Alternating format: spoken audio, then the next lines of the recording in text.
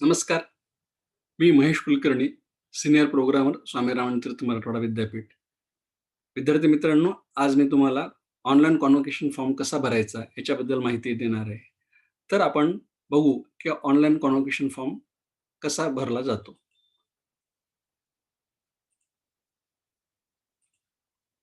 मित्रांनो, आपण पाहायला लागलात, आपल्या समोर जी स्क्रीन आहे, ती आपल्या विद्यापीठाची वेबसाईट आहे.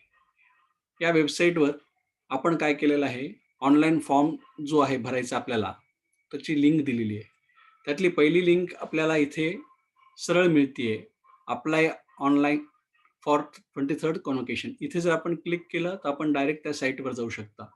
किंवा मित्रांनो, इथे एक्झामिनेशनच्या खाली इथे कन्व्होकेशन सेक्शन आहे. इथून देखील आपल्याला ही लिंक प्राप्त होईल. इथे आपण क्लिक केल्यानंतर काय येईल, link for online convocation form submission येईल. इथे क्लिक केल्यानंतर आपल्याला पुन्हा एकदा मोठ्या ह्याच्यात येईल, की link for online convocation form. इथे जर क्लिक केलं, तर आपल्याला काय होईल, डायरेक्ट ऑनलाईन कन्व्होकेशन फॉर्मची लिंक मिळेल. किंवा तुम्ही डायरेक्ट हा जरी ॲड्रेस टाइप टाइप केला मित्रांनो, आपल्या जर तुमच्या ब्राउझरच्या ह्याच्यावर, तर देखील ही आपल्याला लिंक येथे उपलब्ध होईल. तर ह्या लिंकच्याद्वारे आपल्याला काय करायचं आहे मित्रांनो, आपला कन्व्होकेशन फॉर्म भरायचा आहे. कुठलाही कन्व्होकेशन फॉर्म भरत असताना आपल्याला काय करावं लागेल, लॉग इन करावं लागेल. तुम्हाला तर लॉग इन नाही मिळालेलं अजून. मग तुम्ही कसं करणार? तर पहिल्यांदा आपल्याला काय करावं लागेल, आपलं स्वतःचं एक अकाउंट क्रिएट करावं लागेल मित्रांनो. तत्पूर्वी आपण असं पाहू, की इथं आपण काय-काय आपल्याला काळजी घ्यायची आहे. तर मित्रांनो लक्षात घ्या, एक तर हे आपल्याला हा फॉर्म जो भरायचा आहे, त्याची डेट आहे डिसेंबर 5, 2020 ते जानेवारी 4, 2021 पर्यंत आहे. आणि जर आपण त्या कालावधीत भरू नाही शकलात, तर पुढे 5 जानेवारी ते 14 जानेवारी मध्ये आपण लेट फॉर्म म्हणून भरू शकतो. तत्पूर्वी आता हे फॉर्म भरण्याच्या अगोदर माझी एक विनंती आहे मित्रांनो, की तुम्ही हे इन्स्ट्रक्शन वाचा. जर तुम्ही ह्या इन्स्ट्रक्शनला जर क्लिक केलं, तर तुम्हाला काय मिळेल? तुम्हाला एक पी-डी-एफ फाईल मिळेल, ज्याच्यामध्ये काय आहे, की पूर्ण डिटेल इन्फॉर्मेशन दिलेले आहेत. एक थोडक्यात समरी म्हणून मी काय करतो मित्रांनो, तुम्हाला त्याची माहिती देतो. यामध्ये असं सांगितलेलं आहे, की दिनांक 5 डिसेंबर ते 4 जानेवारीमध्ये आपण हा फॉर्म भरायचे आहेत. विलंब झाला तर त्याच्यानंतर 5 जानेवारी ते 14 जानेवारीपर्यंत आहे. पण त्याच्यासाठी तुम्हाला अतिरिक्त ₹50 शुल्क भरावं लागेल. ह्याच्याबद्दल ह्या सर्व माहिती दिलेल्या आहेत आणि कुठून लिंक मिळणार आहे, काय नाही याबद्दल ह्याच्यात माहिती दिलेल्या आहेत. हे तुम्ही वाचावं अशी माझी विनंती आहे तुम्हाला. यातला नंबर दुसरा जो भाग आहे मित्रांनो, जो की सादर करताना काय काळजी घ्यायची ह्याच्याबद्दल डिटेल दिलेलं आहे मित्रांनो. आता इथे एकदा फीसची पूर्ण माहिती दिलेली आहे. जर तुम्ही उपस्थित राहून घेणार असेल, तर तुम्हाला ₹180 फीस भरावी लागेल. जर तुम्हाला घरी पोस्टाने मागवायचं असेल, तर ₹230 भरावे लागेल. आणि जर जे विद्यार्थी ऑटोनॉमस कॉलेजचे आहेत, म्हणजे गुरु गोविंद सिंग कॉलेज ऑफ इंजिनिअरिंगचे मुलं आहेत किंवा राजर्षी शाहू कॉलेज लातूरची मुलं आहेत. हे दोन्ही कॉलेज हे ऑटोनॉमस आहेत, म्हणजे स्वायत्त महाविद्यालय आहेत. तर यांच्यासाठी ₹510 फीस आहे उपस्थित राहण्यासाठी आणि जर घरी त्यांना पाहिजे असेल पोस्टाने, तर त्याच्यासाठी ₹560 फीस आहे मित्रांनो. त्याच्याबद्दल ही माहिती दिलेली आहे. त्यानंतर पुढे एक अशा एकूण आपल्याला 11 सूचना दिलेल्या आहेत विद्यापीठांनी. त्यामध्ये महत्त्वाची 2-3 तुम्ही हे पूर्ण वाचावी अशी मला विनंती आहे. कारण आपल्याला मुख्य फॉर्म कसा भरायचा आहे, हे आपण ह्याच्याकडे वळू. ही माहिती तुम्ही वाचल्यानंतर तुम्हाला डिटेल्स फॉर्म भरताना सोपं जाईल. कारण कसं आहे याच्यामध्ये काही क्लिअर कट इन्फॉर्मेशन सांगितलेले आहेत. कसं आहे, बी-फार्मसी जर विद्यार्थी असेल, तर त्याने 1 महिन्याचा कालावधीचं प्रशिक्षण पूर्ण केलेलं ट्रेनिंग सर्टिफिकेट त्याच्यासाठी जोडावं लागेल. सर्व वर्षाचे गुणपत्रिका त्याला जोडावे लागतील. जर तुम्ही इम्प्रूव्हमेंट केलेलं असेल आणि तत्पूर्वी विद्यापीठाची डिग्री घेऊन गेला असेल, तर तुम्हाला ती डिग्री वापस सबमिट करावी लागेल आणि मग दुसरी डिग्री तुम्हाला देण्यात येईल. ह्या सर्व माहिती इथे दिलेल्या आहेत. तर ह्या माहिती तुम्ही काळजीपूर्वक वाचाव्यात अशी माझी तुम्हाला विनंती आहे. आपण आता काय करू, प्रत्यक्षात फॉर्म कसा भरतायत ह्याच्याकडे वळू मित्रांनो. त्यानंतर आपण काय केलं, इथं आलेलो आहोत आता आपण. आपल्याला साईट भेटलेली आहे. आता ह्या साईटमध्ये पहिल्यांदा तर काय करावं लागेल मित्रांनो, आपल्याला इथे क्रिएट अकाउंट करावं लागेल. हा अकाउंट कसा आहे आपल्याला यूजर नेम सारखा क्रिएट करायचा आहे मित्रांनो. तर आपला जो Gmail अकाउंट असतो तसं तयार करून इथे आपल्याला काय करावं लागेल, एक आपला स्वतःचा अकाउंट तयार करावं लागेल. तर हे मी हा स्वतःचा एक अकाउंट क्रिएट करतोय. आता हा अकाउंट क्रिएट केल्यानंतर काय होईल, की मला माझा स्वतःचा लॉग इन करता येईल. इथे मी एक स्वतःचा म्हणजे आपला जो शेवटच्या वर्षाचा नंबर आहे, तो इथे टाकणार आहे, जो आहे तो आणि सबमिट म्हणणार आहे. तर आता काय झाला हा माझा लॉग इन नेम मिळाला. आता हे लॉगिन नेम मी इथे लॉगिन होईल. हा लॉगिन झाल्या-झाल्या काय होईल मला फॉर्म भरता येईल. आता इथे पहिल्यांदा जर तुम्ही पाहिलं तर इथे काय होईल मित्रांनो, इथं माझं लॉगिन नेम आलेलं आहे. वेलकम युजर programmer.mahesh2@gmail.com असं आलेलं आहे आणि हा मला इथं फॉर्म भरलेला आहे. पण ह्या फॉर्ममध्ये कुठं माहिती भरलेली आहे का नाही, ते माहिती भरायची. आता तुम्ही इथे डायरेक्ट जर क्लिक केलं तर अशी माहिती नाही भरता येणार मित्रांनो. तर तुम्हाला सर्वप्रथम काय करावं लागेल, इथे तुम्हाला ही माहिती एडिट करावी लागेल. एडिट केल्यानंतर तुम्हाला काय मिळेल, इथे आता हा फॉर्मचा प्रकार असतो. आपल्या विद्यापीठामध्ये 2 प्रकारचे फॉर्म आहेत. एक उपस्थित राहून घेण्याचा आणि एक घरी पोस्टाने मागवायचा. त्याला आपण म्हणतोय प्रेझेन्सियाचा फॉर्म आणि इन अब्सेन्सियाचा फॉर्म. तर आपल्याला कॉलेजमधल्या दीक्षांत समारंभामध्ये जाऊन घ्यायचं आहे म्हणून आपण इथं प्रेझेन्सिया भरू. त्यानंतर आपण कोणती परीक्षा पास झालो ह्याच्याबद्दल इथे डिटेल माहिती भरावी लागेल मित्रांनो. आता मी इथे बी-ए आहे तर बी-ए झालो म्हणून क्लिक करेल. त्यानंतर आता इथं मला कोणतं कॉन्व्होकेशन आहे आपलं, हे कॉन्व्होकेशन मित्रांनो विंटर 2019 मध्ये पास झालेले विद्यार्थी आणि समर 2020 मध्ये पास झालेल्या विद्यार्थ्यांसाठीच आहे मित्रांनो. त्यामुळे इथे आपल्याला हे 2च ऑप्शन मिळतील.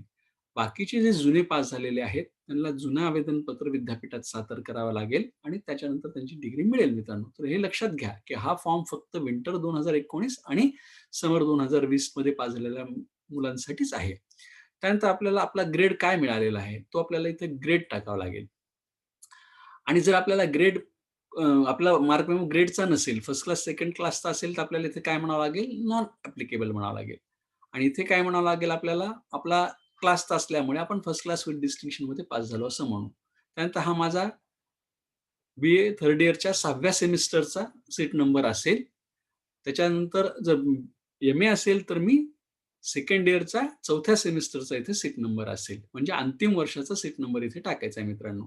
त्यानंतर मी कोणत्या कॉलेजमध्ये शिकतो, त्या कॉलेजचा कॉलेज कोड टाकावा लागेल. आता इथं तुम्ही स्वतः तुमच्या समोर गुणपत्र घ्या आणि गुणपत्र घेऊन कारवाई करा. त्यानंतर आपल्याला माहिती आहे, की एलिजिबिलिटी नंबर टाकावा लागेल. आपल्या गुणपत्रकावर एलिजिबिलिटी नंबर असतो, तो एलिजिबिलिटी नंबर टाकायचा. त्यानंतर आपला मोबाईल नंबर असेल, तर तो आपला मोबाईल नंबर टाकायचा, जो कोणता असेल तो.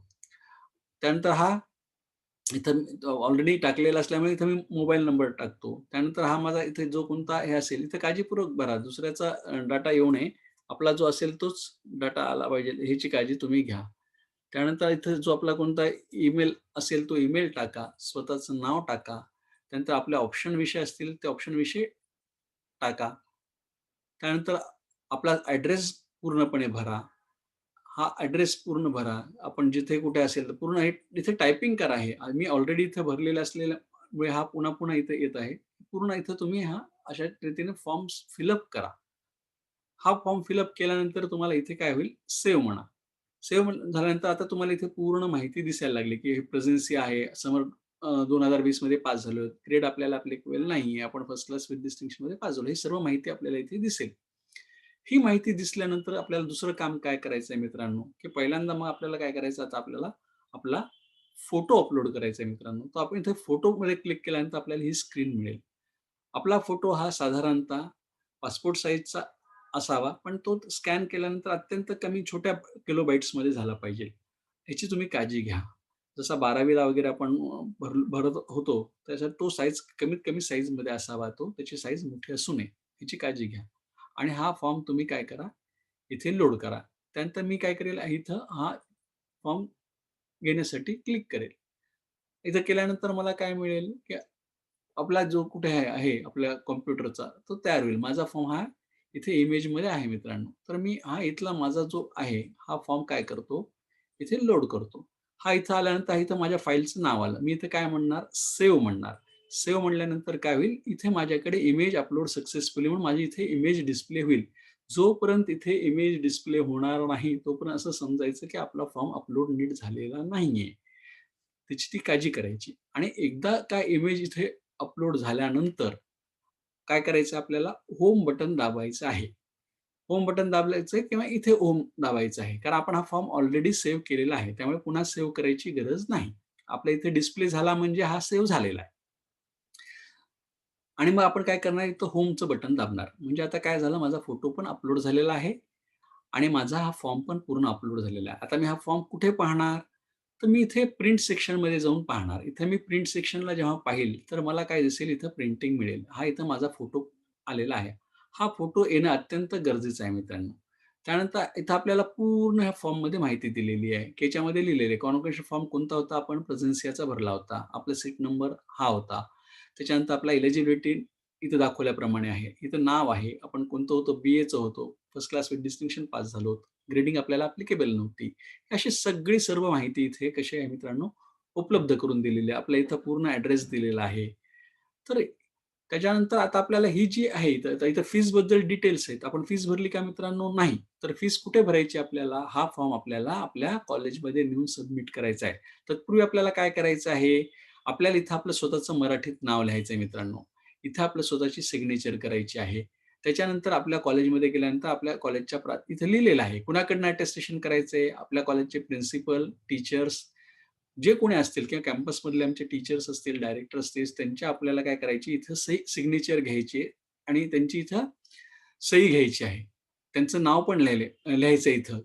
कोणी आपल्या ह्याची सिग्नेचर कोणी केली त्या व्यक्तीचं नाव इथे लिहायचंय आणि आपल्याला इथं स्टॅम्प घ्यायचा आहे आणि हा काय करायचा आहे, ह्याच्यासोबत काय करायचे आपले सर्व वर्षाचे मार्क मेमो सोबत जोडून तो फॉर्म कुणाला द्यायचा आहे? आपल्या कॉलेजमध्ये, आपल्या संकुलामध्ये सबमिट करायचा आहे. आपल्याला प्रिंट घ्यायची असेल, तिथे प्रिंट म्हणावं लागेल आणि प्रिंट म्हटल्यानंतर आपल्या त्याची प्रिंटिंग आपल्याला घेता येईल. जिथे आपल्याला तो प्रिंटर वगैरे आपल्याला त्याचा चूज करून प्रिंटिंग आपल्याला घेता येईल. त्याच्यानंतर आपल्याला एकदा हा प्रिंट घेतल्यानंतर काय करावं लागेल, हे पूर्ण बंच आपल्या कॉलेजमध्ये नेऊन द्यायचं आहे. तिथे त्यांची जी काही फीस असेल त्याची कॉन्व्होकेशनची ती सबमिट करायची आहे. अशा रीतीने आपला हा फॉर्म भरण्याची प्रक्रिया पूर्ण होणार आहे मित्रांनो. तर आपण आपला फोटो, चांगला फोटो भरा, कारण की हा फोटो ह्यावेळेस आपल्या पदवी प्रमाणपत्रावर पण मुद्रित होणार आहे. तर याची काळजी घ्यावी. धन्यवाद मित्रांनो. थँक यू आणि ह्याच्यानंतर आपण लॉग आउट व्हा.